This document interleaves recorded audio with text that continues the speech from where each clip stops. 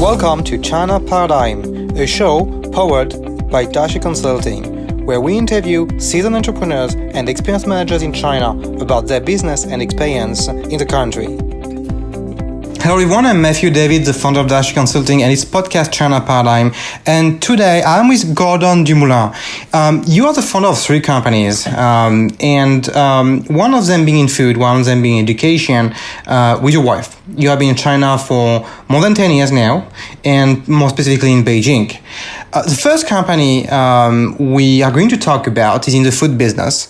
It's called Dumoco, if I pronounce correctly, and it's focusing on ingredients, very rare ingredients with specific effects on health, memory, basically health, how it can affect your health. And that I have a lot of questions about it because this is not a small market in China. When we talk about health and ingredients to eat, we always think about traditional Chinese medicine.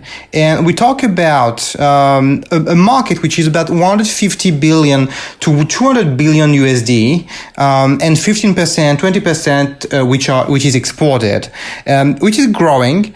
In some way, as a paradox, the sales volume are growing, but the number of TCM doctors and TCM herbalists is actually decreasing. When we look at the numbers over time, it has been decreased in the first until 2010, and now since then it's increasing again, but it's still not at the level it was in the 1990s. So it's very interesting segment because we have interviewed a couple of people before who were in health supplements, and I believe you are very close to this market. The second business you are contributing to, because I understood that it was initiated by your wife, is in education, Eastern Bridge Education. So based in Beijing, providing education such as English teaching, but also liberal arts, science, and so on, in Beijing to, I would say those upper middle class Chinese who are living in Beijing. But I will have a lot of questions about this market too later on. Thank you, Gordon, for being with us. Would you mind telling me if you want to add anything about the introduction of your two businesses, and tell us more about what you do? Yes, thanks for inviting me. It's a nice opportunity to talk more about China, about doing business in China, and also about understanding China more.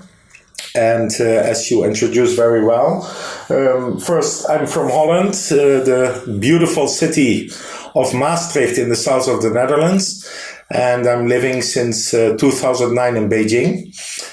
And indeed, I've been doing the business in actually natural ingredients with Dumoco. I set up the business myself in 2009, operational in 2010. And actually that came from a more natural course of ways. I've been always in the food business when I was living in Europe. And when I moved to China, some people and some business relations were asking me about some specific ingredients. And when you start a new business, you need to take all the business what you can get to start up. So I dived into some specific natural ingredients, and then I expanded to a wider range of natural ingredients. But basically, it's indeed, like you mentioned, related to medicinal herbs, functional herbs. In which they come in many ways. We can use them for herbal teas. We can extract. We can make powders, and many of those are indeed coming into supplements. So what we do here as Dumoco, we have different ways. First of all, we have our own export of different natural ingredients to Europe, to the States, to Australia, and to some other countries. And secondly, we do consultancy for Chinese companies, farms, cultivations, and also processing companies to consult them in quality control, which is usually expected in Europe, and the type of quality control which is expected. So we do also consultancy works in different provinces in China. So the most important in this way is that, as you mentioned, it's a very interesting segment. You specify a little the TCM and also the TCM doctors, but we should look at more widely that especially herbal ingredients and functional medicinal herbal ingredients are not only used in TCM. Actually, when we go in the States, in Europe, when we go to many pharmacies, even to other to supermarkets and to other shops, you see many kinds of supplements for sleeping, for being active, for focus, and for many other things. Actually, these are all already related to TCM. But not only to TCM. In Europe, we have had, now it's much less, we have had many herbal remedies, and still today, learning from our grandparents and even from our parents, please take this herb or take a ginger with lemon when you have a cold. So there are many relations in this aspect. And the marketing, the modern marketing in recent decades, 1 decade, 2 decades, is that, of course, there are many modern, fashionable companies who are doing supplements. But at the end of the day, it's all about the herbs, it's all about tradition and the history in this. So something I understand now, your market is overseas, right? And you represent some producers from China. You help them to get certification, do it the right way, and you export their production overseas. Yes. So there are 2 ways. We do consultancy for Chinese companies. We help them in among others, quality control, also in some export, how to do business in overseas. And secondly, we have our export department where we have distributors in Europe, in the States, other countries who sell our products. Which we manufacture in cooperation with our partners in China. I understand that some of your people wanted your help to buy those products in China because you were in China. What is surprising me is that you have been able also to actually get the producers as clients for consulting to understand how to manage those production and to export. Would you mind telling us more about how this articulated? Was it from the beginning that you were advising them and supporting them in production, or was it in a later stage? And how did you get this knowledge, and how do you do it? And how a foreigner can help them to produce something they are used to produce? Actually, you are linked on both sides. You are a benefit on both sides. First of all, when you talk about the Chinese side, how you do business in general is, we all know that. It's relation, you build up relations. So in the beginning, in 2010, beginning of 2010, I took night trains, 70% of my time going from one farm to another, going to productions who extract companies, extract botanicals or pulverize to powders. And you talk with these people, and it's a way of doing business in China that we hear this in many ways, also in the media, but it's true. It's always about a win-win cooperation. You always also have to think about either your supplier or your customer, how they can benefit and how you can benefit. Because if one doesn't benefit, the relation will not last.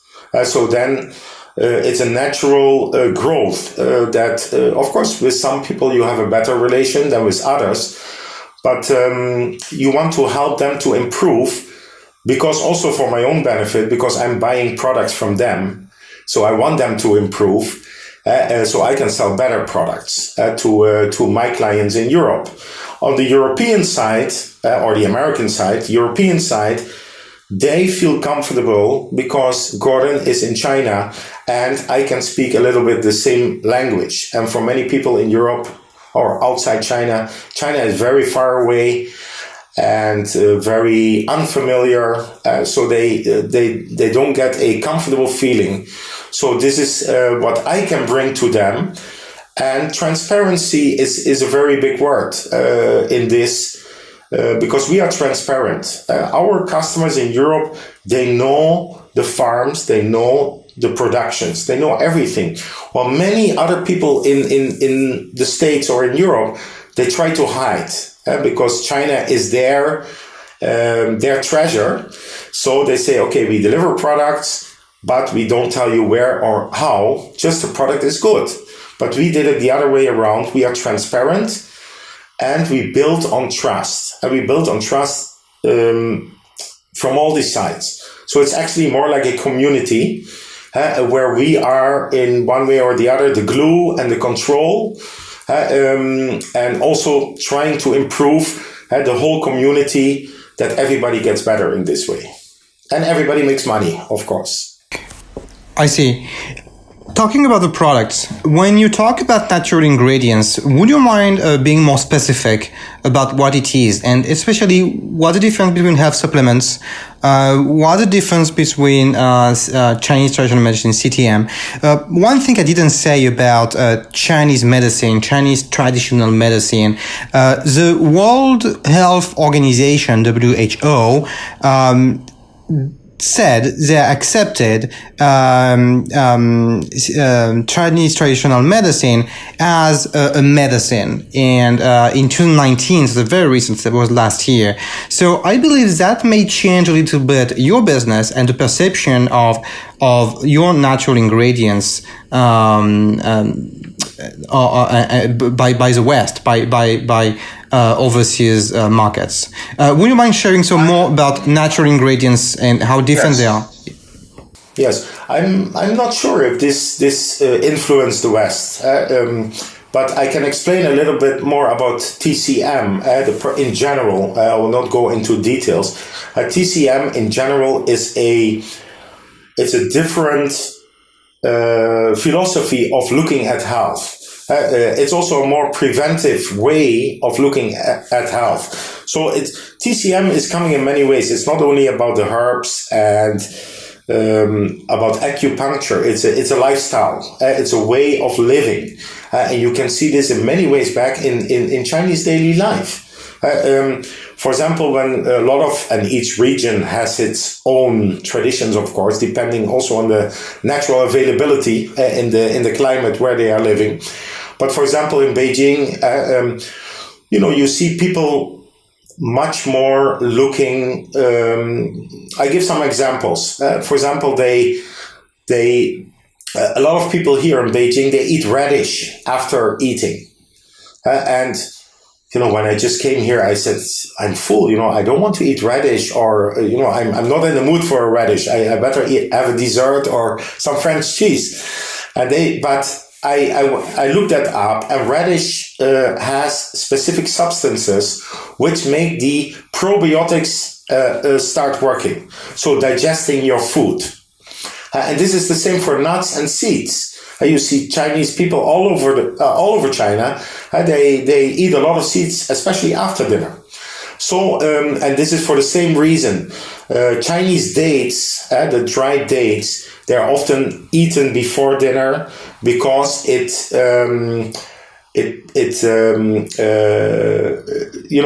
lessens your appetite, so you don't eat too much. So in many ways, subconsciously, even many Chinese people will not have a straight answer why they do that, because it's a tradition. But generally, eating or food in China is much more closely related to health. And this is also coming back in TCM. In TCM, there are many preventive measures. Now, of course, you have many medicines which hardly exist in Europe. And then you really talk about medicines, concentrated syrups, and other things. But the link is coming to supplements, because supplements in Europe, they have also a prevention. You don't get sick. You have to eat vitamin tablets every day, or you have to drink lavender tea at night because you sleep well. So there are many ways that you prevent something to happen, and this is also in TCM the value. And WHO indeed, appraised the TCM as being a medicine, but is a different way, and I don't think it's fully comparable. When you go to Chinese hospitals, for example, usually for the acute diseases which need to kill something, so to say, in your body, you take a killer, and that is usually a Western medicine, and you are cured. While when you are, for example, having symptoms of something, you feel uncomfortable, or you are having headaches or different kind of symptoms, people often tend to look more to Chinese medicine to see how they can reduce the symptom, not only to the medicine, but to treatments and to behavior. So the doctors will also tell you how to behave, actually the same like in Western societies: run more, walk more, do more exercise, sleep early, etc. I had a question about the farms. Finding factories in China, in some way, it's linked to overseas. It's linked to foreigners, and even that, finding the right factories, understanding the factories, how to work with them, is not easy. A lot of people struggle with it. And you have been able to connect with entities which are farms, which are much more remote, usually, I believe, don't speak English, and I don't believe are used that much to export. Is my analysis correct? And if it is, how did you handle it? Yes, and first of all, it is correct. The first question is actually why people are having problems finding the right partners, the right companies, right suppliers. Is first of all, you have to be here. Like I said in the beginning, the first year I spent 70% of my time in night trains, really going to the countrysides, visiting many companies, visiting also many farms, and many were not qualified. Sorry to cut, but how did you find those farms? I mean, you can get a train, go to the countryside, and then what do you do? How do you prepare? First, we do some research. So research is how do you do it? Because it seems so unclear, so remote, so local. So would you mind sharing a bit more? Yeah, but I mean, we are not going to the. I mean, we are not going to the local farm. We are not going to a local farm who's producing vegetables for the village. But we are going to specialized farms because we are looking for herbs. I give you an example. For example, ginseng is a ginseng root, which is familiar to many Western people. The area of the ginseng root in China is in Jilin province, actually at the border of North Korea. So the famous mountain Changbai Mountain is actually the homeland of the ginseng. So you study first. To come back a little early, before I went to China, I didn't know anything about herbs. So I studied day and night, learning more about herbs. Also study, actually very simple, spending time on internet, talking to people, trying to find out, okay, where is this, where is that? So it's also about relations. You talk to somebody and they know, okay, we have a good company who has a plantation for ginseng. So you take the train or the plane and you fly to Jilin and you have a look around. And you are amazed every day because you learn, and then you find out the whole city is all about ginseng. And he's not the only plantation. There are 120 other plantations. So you go to study more and you go to study more. Of course, I have also Chinese people with me who spoke Chinese at that time, because I didn't speak and I still don't speak very well, but they can communicate with the local people, and we can find out more relations, more companies, how to find out. But it takes time and you have to be here. So your clients in the West, would you mind describing a bit more? Are they restaurants? Are they more individuals? Are they doctors who are using it for traditional medicine? No, the majority are supplement manufacturers.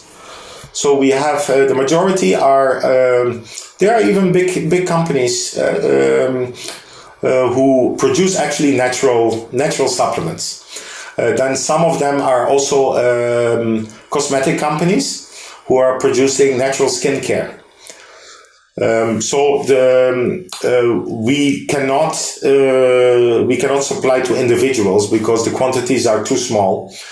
Because when somebody needs 1 kg and we have to fly that over, it will be very expensive for people. That's why we also work with distributors. We have distributors in different countries, like in the Benelux, in Germany, in France, Spain, and we work with them. And but they usually also, of course, target the larger companies. And like I said, most is going into supplements, syrups, tablets, capsules, products like this, and I think about 10-20% maybe into skincare. It's more and more interesting what I'm discovering, because we are very used to talk to people who are doing import and export businesses, but not at all in ingredients, not at all in food from China, but more from factories. And we see plenty of people in this industry. So I believe your business is very unique and your positioning very unique. I'd like to understand more about, because you said transparency is very important. They know where the farm, your clients know where the farm is. How do you handle the transparency on pricing if they know so much about the sourcing and so on? How do you work on the pricing? We work on the pricing together with our suppliers here in China. So they know what we are asking in Europe. We also discuss this together. We don't have any exclusivity. So our model is actually we have our own brand. And that's the Dumoco brand.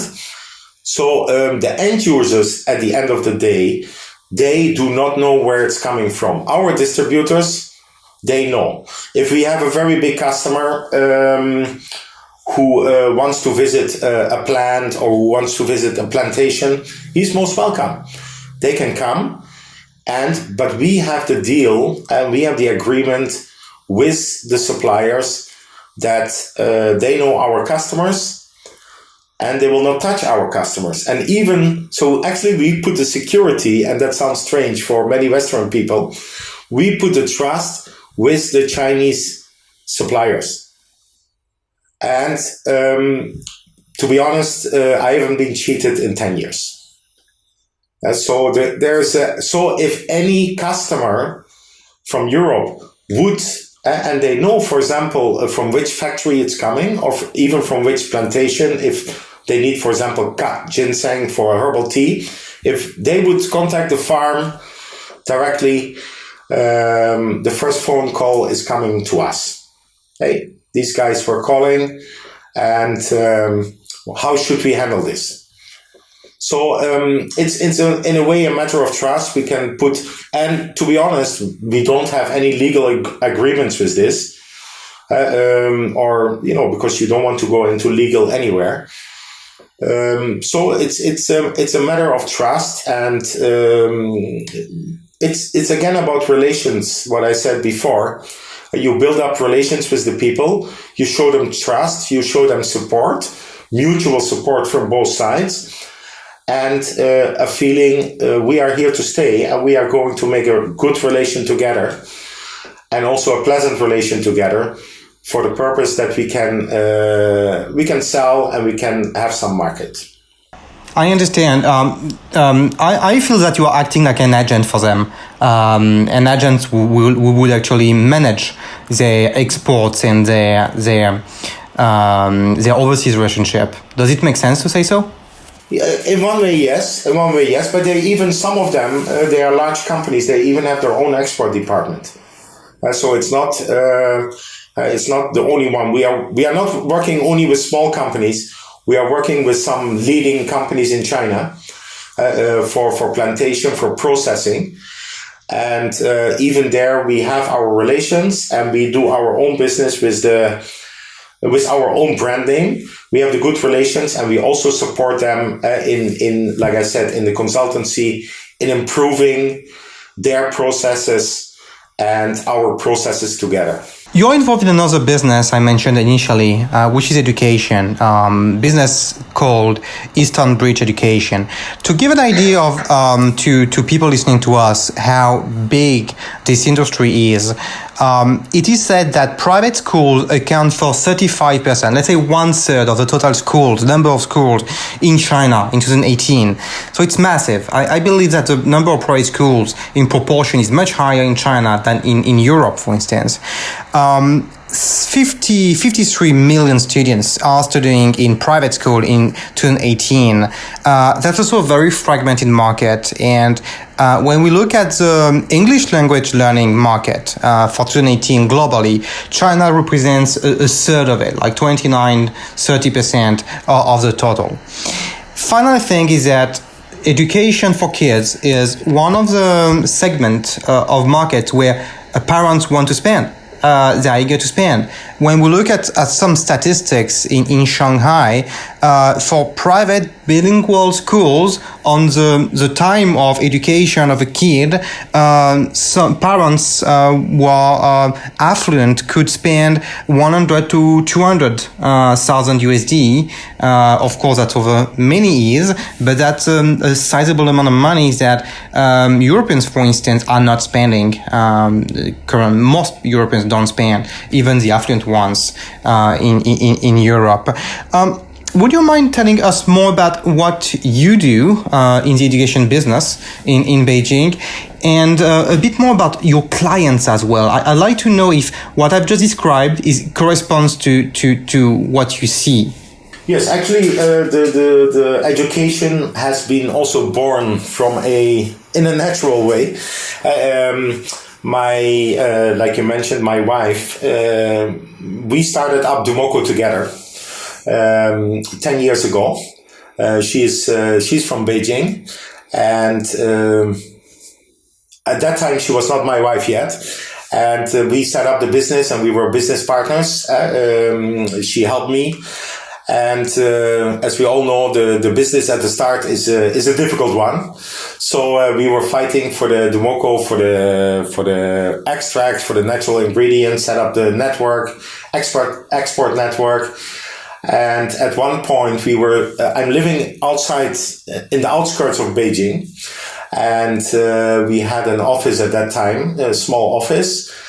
And so my wife at that time said, there are 2 kids here on the floor and they want to learn English from a foreigner. And me with a European mindset, focus, and I didn't study for this and I don't want to do this. I need to spend time on Dumoco.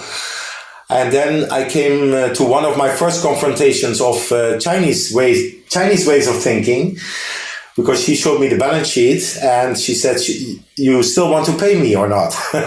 So that was a good one. And so I said, actually, it's good, let them come and we can teach them in the weekend. So that was actually, and her education, she's an English teacher. So she has an English teaching degree, and her passion, her dream, own school, an own English school. So we started with those 2 kids, and we expanded.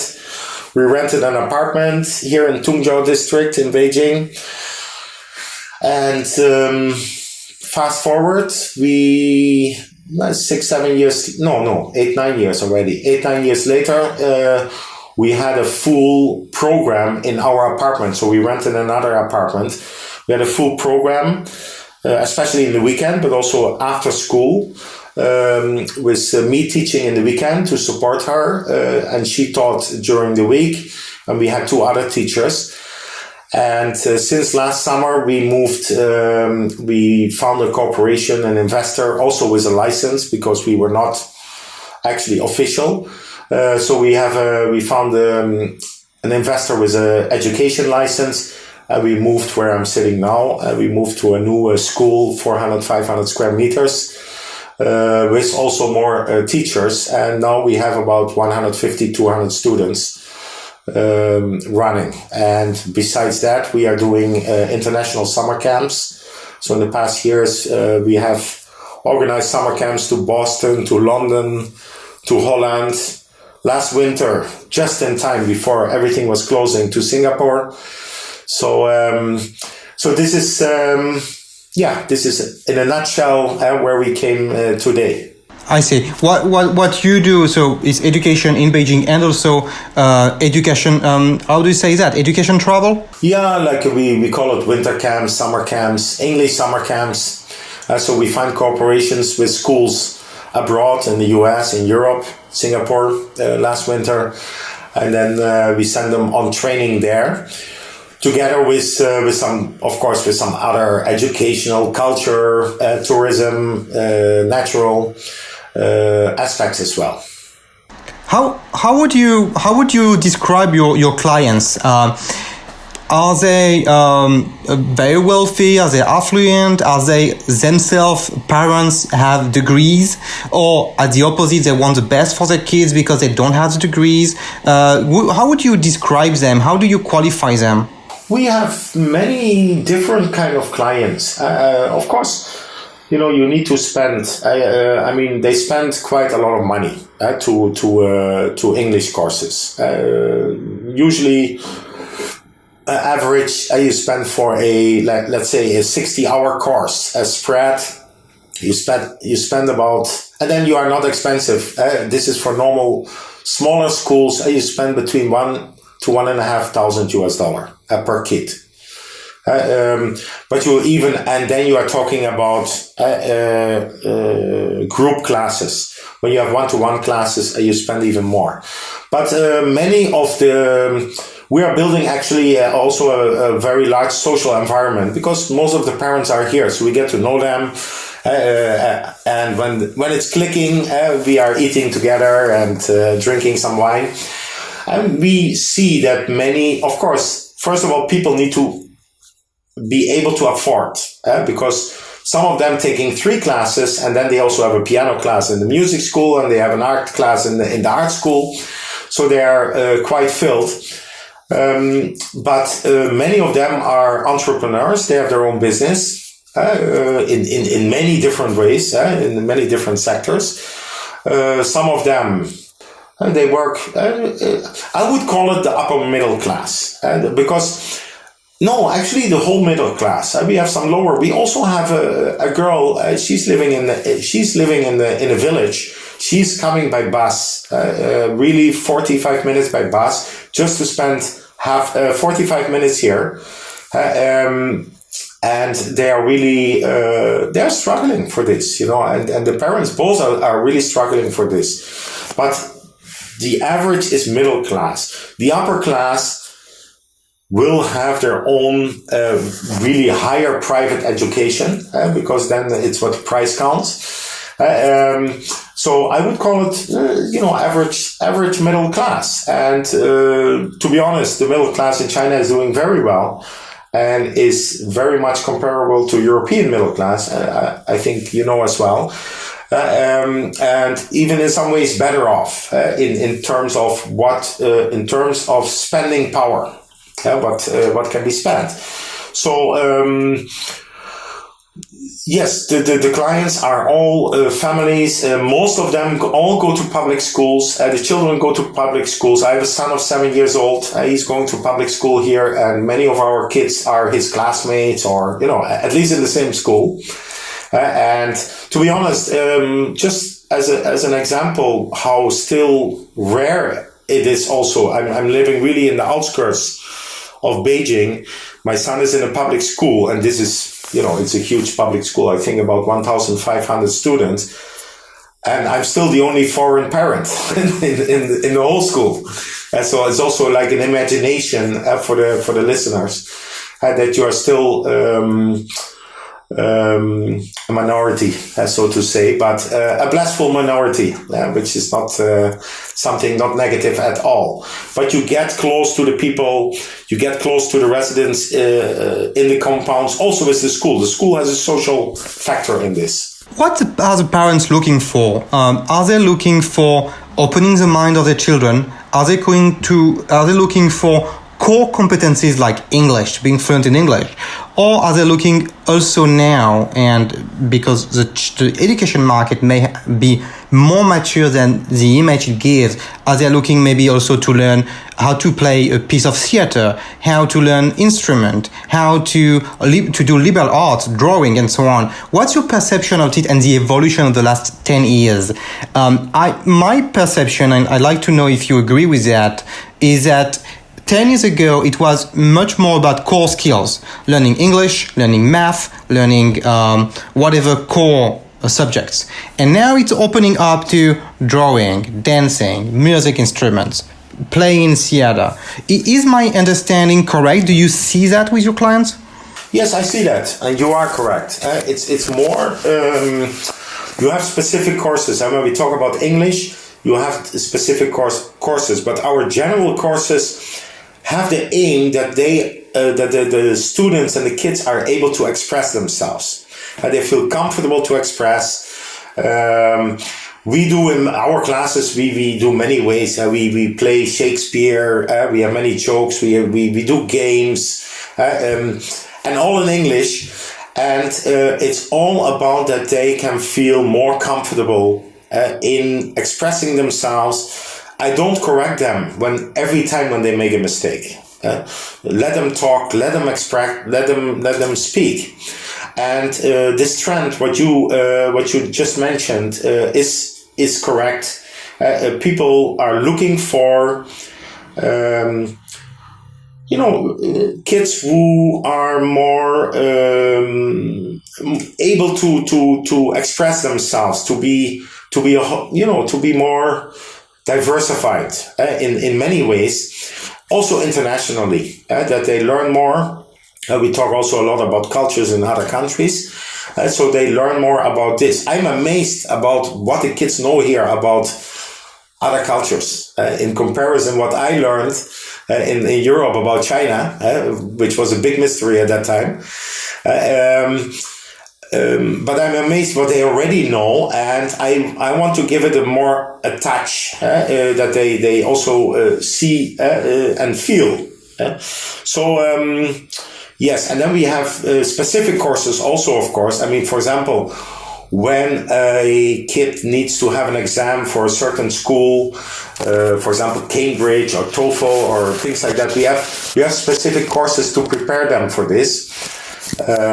So there's also, of course, a specific target courses, and we have the general language courses. I see. So still you feel that there is a functional need for education to pass the exam, but it's opening up to more liberal arts and more not core skills.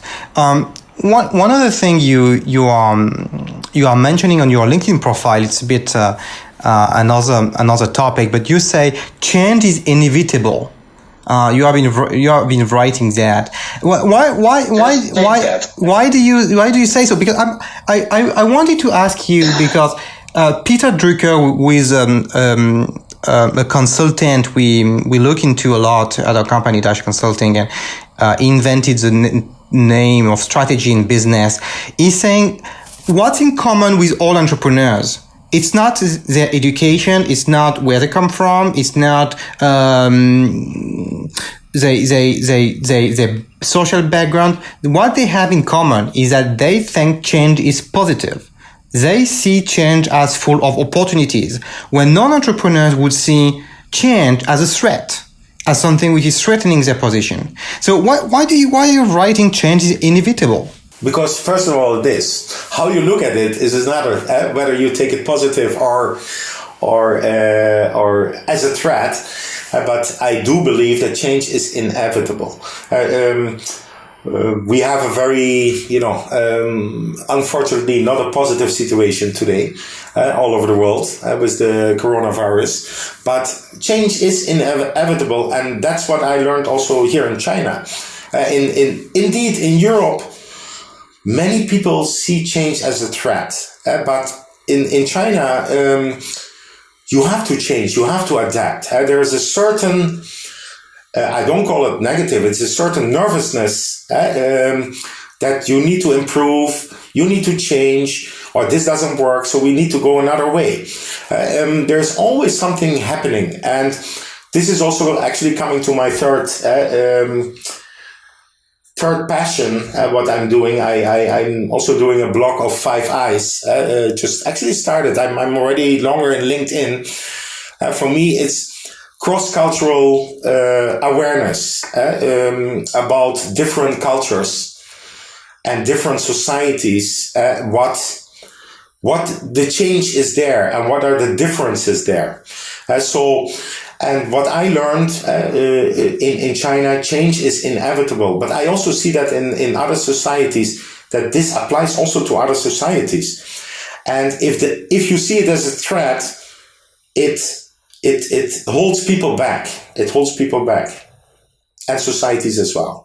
I wanted to talk about 5IZ, as you mentioned it, and especially about the name. I found it very interesting and show how deeply you know China. You named 5IZ because China is not talking about north, south, west, east only, but also north, south, west, east, and center, like Tiananmen being at the center of China and center of the world. Would you mind telling us more about what does it mean for you? Well, actually, it has been, China had before I went to China. I was most of the time in an export management job. So I traveled for about 15 years all over the world, meeting many cultures and doing the business there, coming to the homes. And so, culture was always a passion for me. And seeing different cultures. Then I had been in China before I moved here, also many times. But just being here for a week is something else than plunging in a black hole and start to live here. And China gave me, China as a country, as a society, gave me so much learning that you can look at things in so many different ways. We have been brought up, which is normal, as Chinese have been brought up here, and Europeans have been brought up in Europe. You always have some kind of a mindset in the culture and the society where you grow up, and this is natural and it's normal.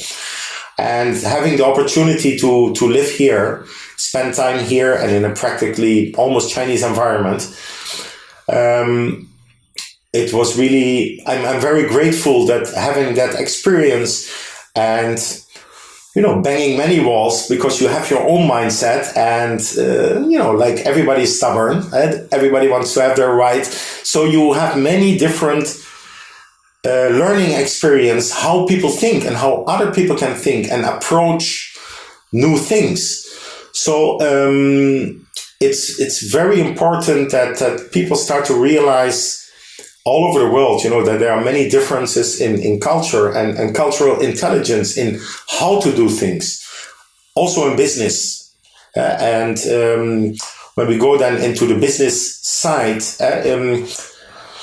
you have many fantastic models on how to do business, but at the end of the day, it's about feeling the people and about feeling the country, and also knowledge about what worries those people and what is their daily life, and what's it all about and how they approach problems and opportunities as well, how they teach their kid, how they live at home, and I've been grateful in this, and I wanted to share that. And coming back to the name 5 Eyes, yes, center is is a very basic thing, which I feel also a little now. I mean, all the changes happening, for example, today with the virus, but Chinese society 10 years ago and today is completely different almost. And you go through many changes, and you learn to be more resilient.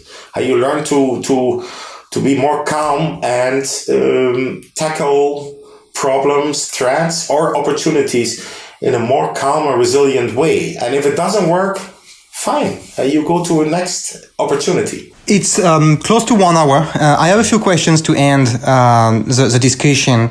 The first one, and I often ask these questions, what books inspired you the most when understanding about China?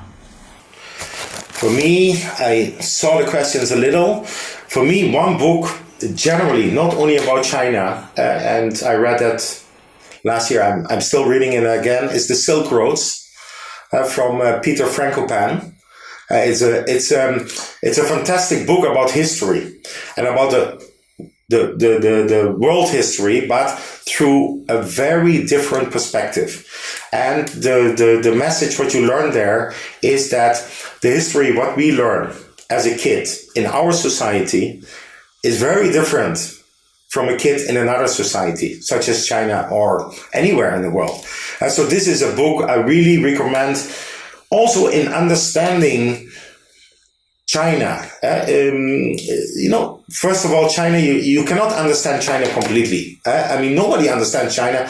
You don't understand France. I don't understand France completely. You all have these few items which characterize a country, but this is nothing to make this diverse society clear, because it's very diverse. So just for the perspective, read this book and know that you know nothing about a country. So be objective when coming here. Then some other books. First of all, there are many books about how to do business, how to be successful, get your things, e-commerce, digital retail, new retail, all this. Read those books. Some of them are great, but it's not about understanding China. It's about understanding the market, because China is a society and it's people. This is what I'm always telling many people, because people want to know about China. I say, why you want to know about China? Because I want to do business. Now, I say, either you find a good local partner, then you don't need to understand China. If you want to understand China, you need to know the culture. You need to spend some time. You need to read about it. Few books what I have on this one is, first of all, a very old one, but still it grasps a good feeling, is Red Star Over China from Edgar Snow. Red Star Over China. He was an American. He was actually the first foreigner who met Mao Zedong. And his story gives you an insight also how people think. And we are not talking about the historical events, but how people think. And many thoughts are still applied today, how people think in terms of collectivity, of pragmatism. In the many characteristics which not define, but which indicate the characters of Chinese society is coming back. Secondly, I think, I don't know if people have seen the Wandering Earth, the movie, the Chinese science fiction movie, had a great one last year. I'm not sure if it's on Netflix already, but because I don't have Netflix here, but read his book. It's from Liu Cixin. He is one of the biggest science fiction writers in China. So in generally, read either fiction or non-fiction biographies if you want to learn about China more. If I may say more, the Three-Body Problem is written by him as well, right? Yes, exactly. And exactly. it has been It has been popularized by Obama, who read it before it was published, and The Dark Forest and the other one, which were, and about Edgar Snow. I think he's buried in Peking University, and he was the first one, or maybe the only one, but at least the first one, I'm sure of that, to be member of the Chinese Communist Party. He lived in China, all over the different period of China, including during the Cultural Revolution. What is the most surprising success for you in China and the most surprising failure in China you have witnessed? I give you an example of mine. I'm very surprised how e-commerce developed because when I arrived, people were paying cash at the front door when they get delivered, and they didn't want to use their credit card. And now it seems that they use their phone to pay with a QR code that could be scanned with another number, taking you more money than what you really want to pay. So it's a change I wouldn't have expected to go so fast and so far. Yes, coming to your example, this is very true. We always think about Chinese 10 years or 15 years ago with piles of cash because they wouldn't trust anything else and they wouldn't trust other people. Well, this is totally gone in 10 years, in less than 10 years even. Yes, I mean, the daily change, as an example, the daily changes, what are happening, but also the daily changes and the daily speed, what's happening to yourself. You are really coming into, you are forced to keep moving, either by new regulations, by new opportunities. Other companies, like you say, the new retail is coming. We are forced today with the quarantine or the confinement. Our school has been closed for 2 months. Because we are not allowed to open, and we don't want to open because we want to be safe. We are already working. We have our video classes in the weekend. We have our online classes. My wife is teaching almost the whole day online classes. We have set up a library, an online library. We all did this in a matter of weeks. And so the surprising success is indeed the fast change which is happening. And that you can adapt to that. So actually the success is not more like a business success, but it can come out in the business. The success is that you must break yourself open, and you must be more adaptable, and you must be more wide looking in things which you might be stuck in the business. For example, you have been doing a business for 10 or 15 years. At home in Europe or even here in China, you say, I cannot do anything else. This is what it is, No, this is not true. Even within your own business, you can innovate and you can differentiate. And so the speed of differentiation, of innovation is stimulated, also even forced upon you, because not forced in a negative way, but you go with that flow and you also want to lead some of those flows. So this is, I feel, really a success in myself, that you are much more wide, open-minded in doing business. Last question. What do you read to stay up to date on China? What are your sources? I believe that's a common question for foreigners to understand what kind of sources they could use. It's hard to read the Chinese newspapers. Even for people who have a very good Chinese level, HSK 5 or 6, it could be hard. So what are the sources you are using to stay up to date on what's going on? Well, first of all, I think, of course you have some English language, like China Daily, Global Times. Many people see these newspapers often, as not very objective, but actually there are many interesting articles and there are many insights which can teach you more about China, also about society, also about governance. Some more other sites, and there's also one site, it's called Sixth Tone, and they have some more also social articles, articles about society, about what's moving the people, and different kind of aspects. They touch these topics. And you have similar sides of this, like Radi China, Sub China. So you actually have different sites where you can find, so to say, non-mainstream insights of China, because the mainstream people know, but it's not very interesting because it's always coming back to the same, and it doesn't give you an image of society. And when you want to do business here, or when you want to be interested, or when you are interested in China, you need to know more about the people and what's moving the people, because they are your customers. Or your suppliers, and you also want to trust your suppliers. So try to find some other news agencies which diversify the news. Of course, go to my blog. I post almost every day different things about Chinese society. LinkedIn is also a fantastic medium. With many people telling their own experiences, their own insights. And so this is usually the sources what I'm using. And then, of course, you have the Chinese Twitter, Weibo, you have WeChat, where you find the trends, what's happening in China. What's the link for your website? 5iz-china.com. Thanks, Gordon, for your time.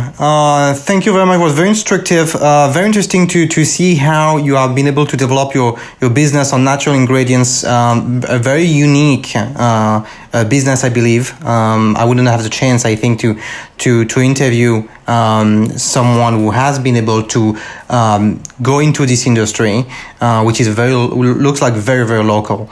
Thanks everyone for listening, and stay safe during those times of virus outbreak. I hope you all stay safe. Bye bye everyone.